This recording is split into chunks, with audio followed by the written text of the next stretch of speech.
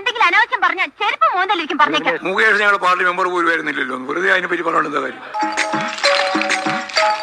ഓ MLA ആണ്, അത് പറഞ്ഞല്ലേ അന്നേരം തന്നെ ഞാൻ പറഞ്ഞല്ലോ MLA സംബന്ധിച്ചുള്ള കാര്യം. അനീതി എവിടെ കണ്ടാലും ഞാൻ എതിർക്കും. മുകേഷ് ആയി കണ്ടതില്ലെന്നാണ് ഞാൻ തീരുമാനിച്ചത്.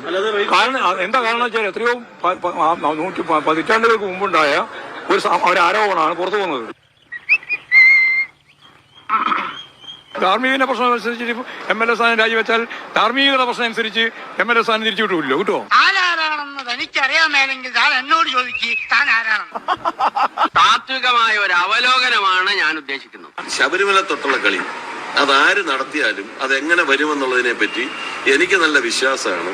നിന്നെ കണ്ടിട്ട് ഇത്തിരി തിരുവാഭരണത്തിന്റെ ആവശ്യമുള്ള ആളാണെന്ന് എനിക്ക് തോന്നുന്നു. പത്മകുമാർ MLA ഒന്നുമല്ലല്ലോ, ജനപ്രതിനിധിയുമല്ല, പാർട്ടി കേഡർ എന്ന രീതിയിലുള്ള ഒരാളാണ്. പാർട്ടിക്ക് യാതൊരു ഒന്നുമില്ല. പാർട്ടിക്ക് എന്ത് തോന്നുന്നു ആയിരുന്നു. അപ്പൊ അങ്ങനെ ഒരു മാറ്റം വന്നല്ലോ.